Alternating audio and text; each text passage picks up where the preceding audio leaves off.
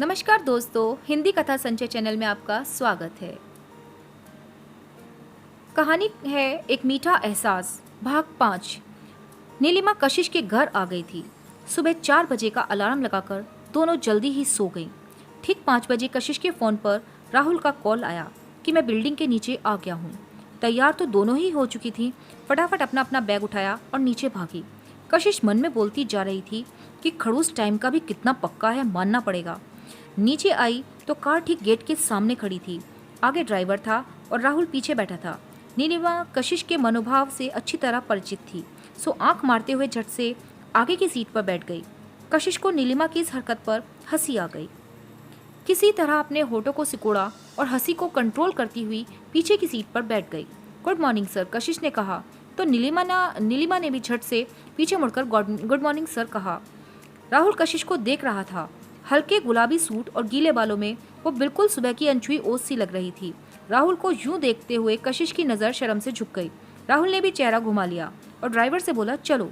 उजाला अभी फैला नहीं था, मौसम सुहाना लग रहा था। कशिश ने पूछा, कार का शीशा खोल दिया। उसे ठंडी हवा को यूं चलती गाड़ी से चेहरे पर महसूस करना अच्छा लगता था। अभी भी वो यही कर रही थी।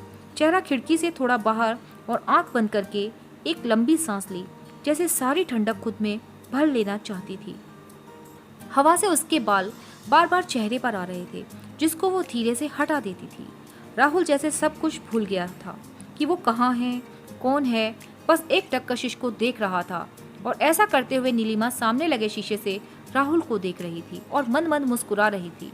अचानक कशिश ने खुद को अंदर किया तो राहुल को फिर से अपनी तरफ देखते हुए पाया। झेप कर राहुल ने चेहरा घुमा लिया। तब तक नीलिमा ने रेडियो ऑन कर दिया। गाना बज रहा था, मैं बावरी हूँ तेरी, तू जान है ना मेरी, बस प्यार ही है मांगा, किस बात की है देरी। इस गाने से कशिश के दिल में हलचल मच गई। उसने सामने के शीशे में देखा तो नीलिमा भी उसे ही देख रही थी और मुस्कुराते हुए फिर से आंख मारी। कशिश शर्मा कर फिर बाहर की तरफ देखने लगी। नीलिमा ने फिर चैनल चेंज किया तो पुराने गाने चल पड़े। कार अपनी रफ्तार से चल रही थी। आपस में कोई बात नहीं कर रहे थे, लेकिन मन ही मन बहुत बातें हो रही थी। उस पर रेडियो में बजता रोमांटिक गाना सपनों को उड़ान भरने में बहुत सहयोग कर रहा था।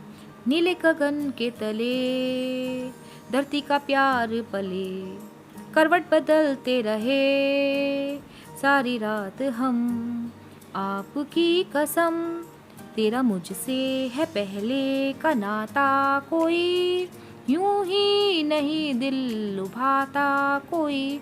इन सब गानों में खोई हुई कशिश को कब नींद के झोंके ने आ घेरा, कुछ पता ही नहीं चला। गाड़ी हिलने के कारण वो लुढ़क कर राहुल के कंधे पर टिक गई थी। उसके बालों से आती हुई खुशबू राहुल को मदहोश कर रही थी।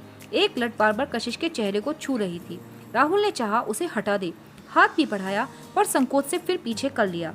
उस बाल से हो रही गुदगुदी से कशिश भी कभी कुनमुना जाती। आखिर हिम्मत करके राहुल ने हौले से उसके बालों को हटा दिया। चेहरा इतना मासूम लग रहा था कि रोक नहीं पाया खुद को और उसके चेहरे पर बहुत हौले से अपनी उंगलियां फिरा दी। कशिश तभी मुस्कुरा दी। शायद वो कोई सपना देख रही थी। सामने नीलिमा भी सीट पर लगकर सो गई थी। बस राहुल की आंख में नींद नहीं थी। नींद में सोई हुई कशिश का मासूम चेहरा ही देखता रहा। कहानी का अगला भाग क्रमशः।